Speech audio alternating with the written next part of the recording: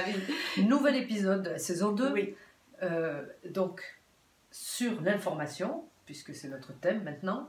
Peut-être dans la famille Bateson, on peut parler également de Nora. C'est pas la seule fille, mais enfin, apparemment, cette fille, elle fait parler d'elle. Ah ben voilà, absolument.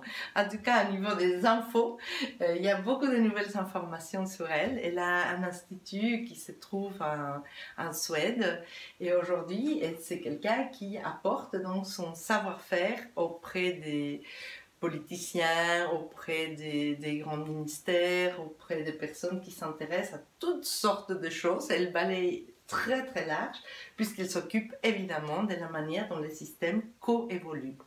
Et c'est très intéressant parce que ce qu'elle apporte au niveau de l'idée d'information, comme nous parlions, c'est le fait de dire que cette information partagée dans un système, tu vois, c'est nous deux, on partage des informations, on les partage avec vous, de ces faits, même si on ne vous connaît pas, même si vous êtes loin, on est tous ensemble et on crée un système. C'est un système qui est un système apprenant. C'est-à-dire que nous allons apprendre les uns des autres, en fait, par le fait que nous échangeons de l'information. Et cet apprentissage va nous permettre d'évoluer d'une manière particulière. Du fait qu'on s'est rencontrés, nous, on n'est pas les mêmes que si on ne s'était jamais rencontrés. Oui, alors ça me fait penser complètement à quand on dit par exemple dans des pays où il y a peu d'ouverture, etc., sur le monde, il y a une peur comme ça de dire on va s'ouvrir. Est-ce que c'est un peu lié à ça? C'est-à-dire de dire on va rencontrer d'autres personnes et du coup ça va ouvrir l'esprit, ça va ouvrir... C'est ça? Exactement. C'est Moi ça je crois que c'est tout à fait relié. Ah, oui, tout à fait. C'est une manière intéressante d'ailleurs de poser les choses parce qu'en réalité, au moment qu'on interagit avec qui que ce soit, on va être en co-apprentissage. On va prendre de l'autre et on va lui apporter des choses. Et donc le fait de se fermer va donner l'impression que ça permet d'arrêter l'évolution, que ça permet de figer des choses. D'accord. Mais on en est conscient ou pas conscient de ça? De cet échange, de cet apprentissage dont tu parles? Moi, je crois qu'il y a différents niveaux auxquels on est conscient, mais je pense que quand même, il y a cette,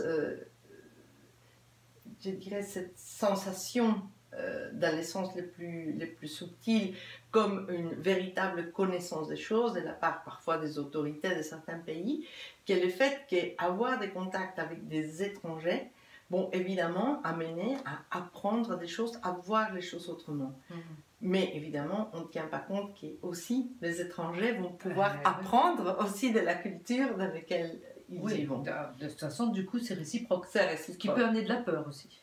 Oui, on peut se dire, tiens, qu'est-ce qui va faire évoluer à partir de là? Qu'est-ce qu'ils vont dire sur nous? Qu'est-ce qu'ils vont savoir sur nous? Etc.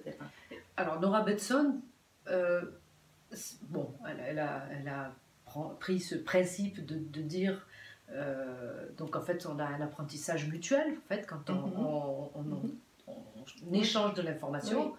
C'est comme ça qu'on la connaît, cette personne, c'est sa particularité. C'est une de ses apports les plus importants. Et le deuxième, c'est ce qui concerne les warm data, qui est déjà, je veux dire, c'est évidemment lié, mais c'est toute une autre histoire.